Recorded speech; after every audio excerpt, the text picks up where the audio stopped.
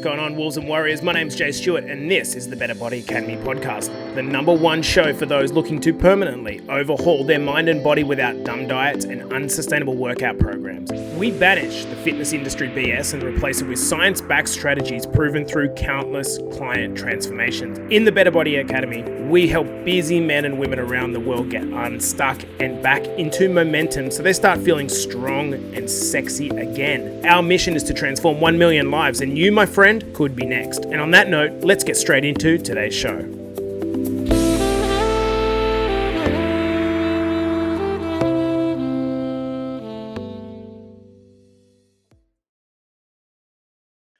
Let's get this episode of Monday Mindset crushing.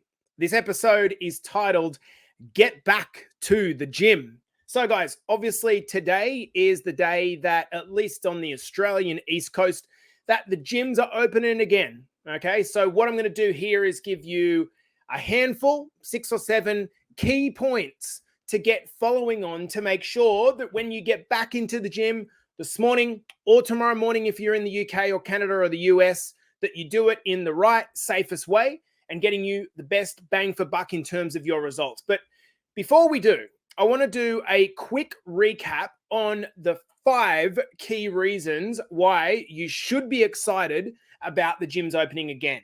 I want to talk about what resistance training actually does for you and why it's just so important. Number 1, okay, it is the ultimate. Lifting weights, guys, listen up, is the ultimate fat loss complement to nailing your nutrition. If I was to prioritize the order of what you should be doing to help solve your weight loss challenge long term, it's going to go like this. Nutrition, number 1, by far and away. Lifting weights, number 2. Getting your step count or your incidental activity up, number 3, and tracking it. And number 4, doing some extra cardio to top it off. Okay. A lot of people think that cardio is the thing that you need to be doing all the stuff. Nope, it's not. Okay. And here is the reason why. You will be able to keep the fat off at bay as you get older if you have built a bigger engine. Now, the facts is, guys, you're working against what your body is doing. As you know, there's this kind of sinister little thing that happens as we get older called sarcopenia, which is age-related muscle decay. This happens. It will happen to all of us. And our job is trying to slow it down.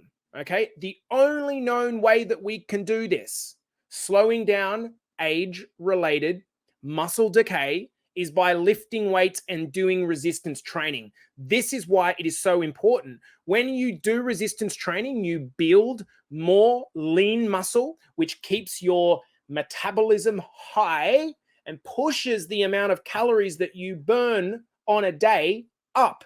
So if at the moment you feel like you've kind of got a sluggish metabolism, you almost see a donut and you go, oh, and put on 2 kilograms, what we need to do is work on pushing your metabolic rate up. And the way that we can start this process is by lifting weights. So that's number 1. Number 2, it is the only known way to build better composition. Okay, so what do I mean by composition? Composition's like when you look at yourself in the mirror and you weigh the same amount, but you look at yourself in the mirror and you're like, something's changed. And, you know, us men might go like this and kind of press our chests, or maybe the girls press their butt a little bit and they think, something's changed. I feel a little bit harder. Well, yes, even if you've still got a higher body fat percentage, if underneath that fat, you have a level of muscle that is pushing up against the fat, think about it. You've got your skin, and then you got your superficial fat, and then underneath it, you have the muscle pushing up against the fat. This is going to make you look even more athletic. So as you start to improve your body fat percentage by bringing it down, you're going to look even better. But you can start this process now by trying to build a nice base level of muscle under it. Now, building muscle is a lot harder than losing fat. So you've got to play the long game here, okay, guys? I'm going to talk about how to do that in a moment. Number 3, why you should be stoked about the gyms opening again is you get to work on your strength. I don't know about you guys, but I personally cannot think of anything worse than gradually tiptoeing my way towards death, slowly getting weaker and weaker and weaker and more feeble. Now, I'm not being critical, but there's no point in prolonging your life if your quality of life doesn't match it. So when you're in the gym, being able to do stuff into your 70s and 80s because you built strength in your 30s, 40s, 50s, and 60s is going to bode you very, very well. I don't know about this idea of like needing to kind of always ask for help off the neighbor to lift things. Imagine being able to do this yourself when you're in your middle ages. This is about increasing your capacity as a man or a woman. So we've talked about gym for fat loss. We've talked about gym for better composition. We've talked about gym to get you stronger. What are the other two things? Number 4 is it's a corrective activity. What do I mean by this? Well, on my last day in Malta as part of my Euro trip just now, I remember seeing this lady pushing her pram, and she was maybe 30 years old. She was pushing her pram across the waterfront, and she was really, really slender lady. And I looked at her, and her posture was so bad. Her entire back was arched over, and her shoulders had closed in. Now, I'm not being critical, and from a judgment point of view, I'm saying the only way to correct these things, these postural things, is to work on exercises which improve your skeletal system and improve your posture. And both mobility and flexibility and strength training in a gym is the way that you do this. I'm thinking about bringing out, I'd be interested in the team of the Better Body Academy, whether you think this is a good idea. But I'm thinking about bringing out an advanced training course or program which doubles down on the most important things about training and what do you need to do to really dive into your training. And one of the concepts that I would certainly talk about is the importance of pulling movements, not just pushing movements. With pushing movements, you're typically rounding your shoulders forward all the time, but with pulling movements, it's opening up your chest cavity, pulling your shoulders back, making sure that you get into a nice postural situation where your back is arched, your neck's up. That's what the position you want to be in. You can only get that from lifting weights, okay? And the 5th one is if you improve in all of those previous 4 areas, you are going to feel sexier and more confident. That's what's going to happen. And guess what? I want you to think about that as a stepping stone to the other things that are going to happen in your life. And this is the reason that becoming healthier and fitter is going to impact upon your finances, your business, because here's the way it works. I want you to think of a continuum here, which is at one end, you start with the physical. You start tracking your nutrition. You start getting your step count up. You start improving your strength and lifting weights. The interim point is that you start feeling more confident and sexier as a result of that. The end point or the kind of goal is to, because you feel confident, sexier, you have a better self-image, then you go out and prosecute in the world your purpose with more conviction because you feel better about yourself internally. Typically, I see guys earning more money, quitting their jobs and going for something they actually want to do, becoming better parents, becoming better sons and daughters, friends of the family, because you feel better within yourself. And this is the reason why 5 benefits that I think are a good place to start. Now, let's talk about why lockdown sucked, okay? Hopefully, that's the end of it for most of us.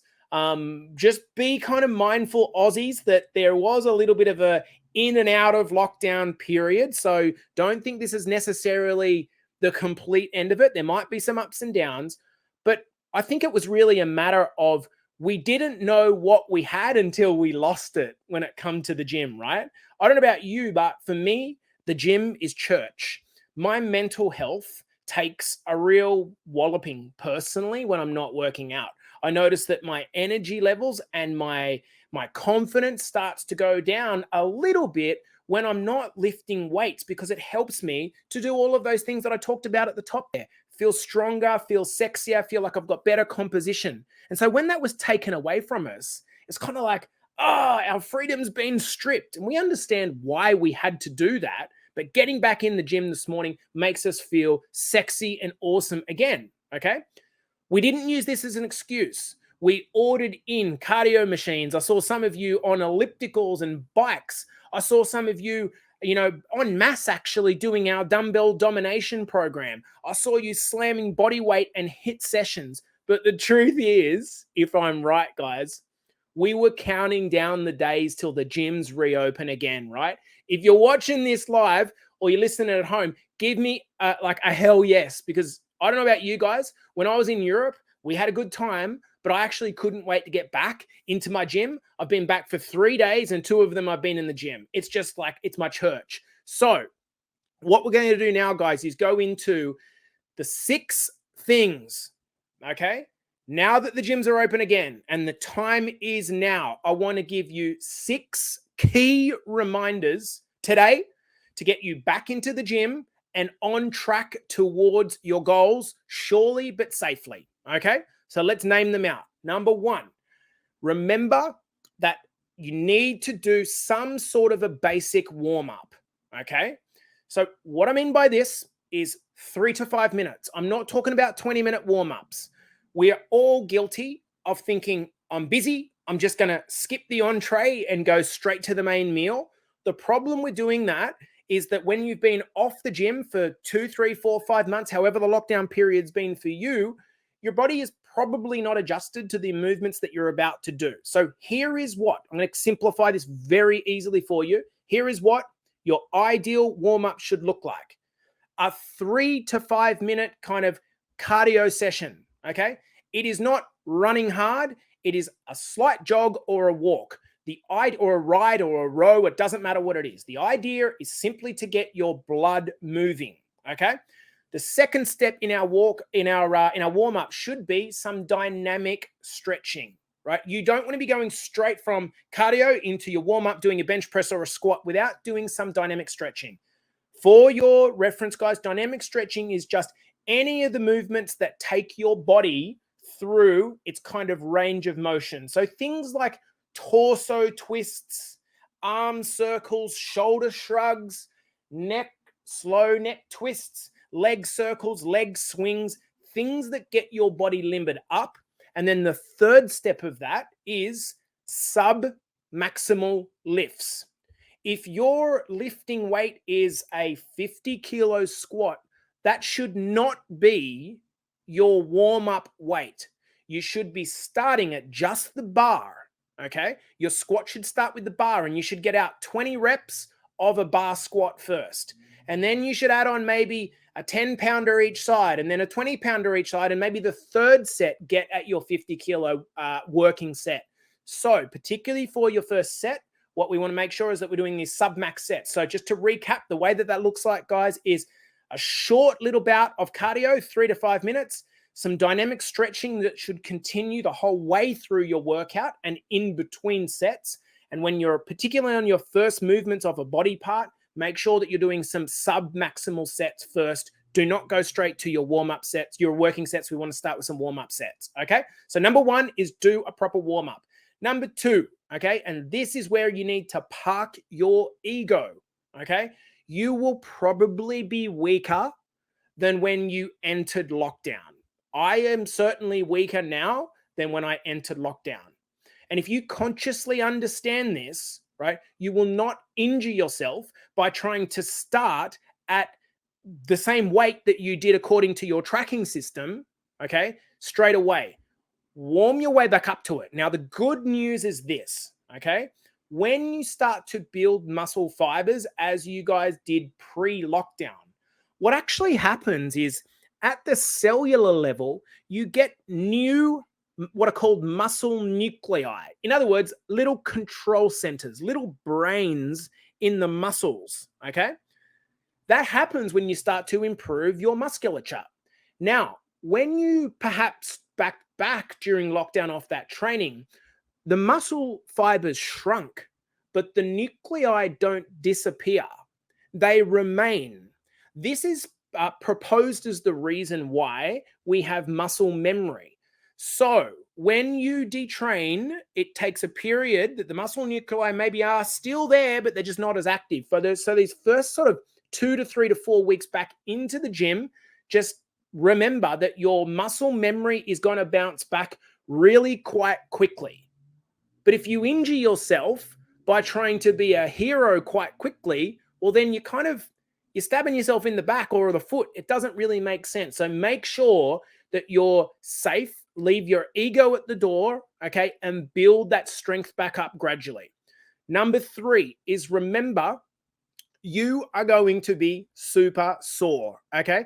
I am like right down the way, down my posterior chain, my back, my butt, right at the moment, I'm really, really sore. Cordia is walking around the house like a crippled old woman, right? It's like we train a lot. You're going to be sore. Remember, what's happening when you're lifting weights is on a cellular level, you're tearing those tiny little muscle fibers. This is why it's very important that you don't just get back into training, that you get back into tracking your nutrition as well, making sure that you're giving your muscles the building blocks, which is what? The protein to recover, okay? If you're a woman and you're training 4 or 5 times a week, but you're eating 50 grams of protein a day, you're going to be very sore and you're not going to build muscle mass or lean composition. If you're a man and you're giving yourself 100 grams of protein a day, it is not enough. So we need to make sure that to combat this soreness, firstly, we do a good solid warm-up, as I mentioned at the top.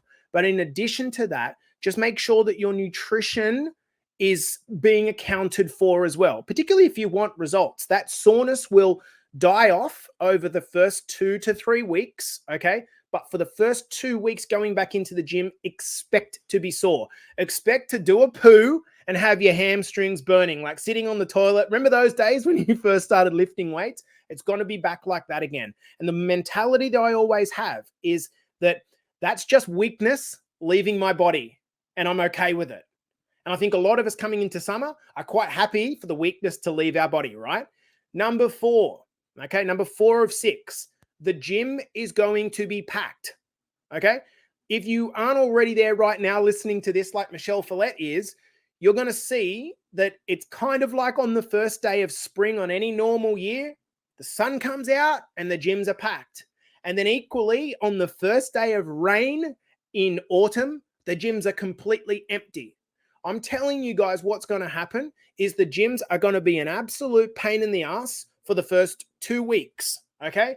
It's going to be frustrating. Your job is to not get frustrated and understand that you will be training, despite how motivated you feel, you'll be training upon discipline. You're going to pick how many days a week you are going to train, and you are going to calendarize or diarize that. You're going to stick in when you are going to train, and you're going to stick to it.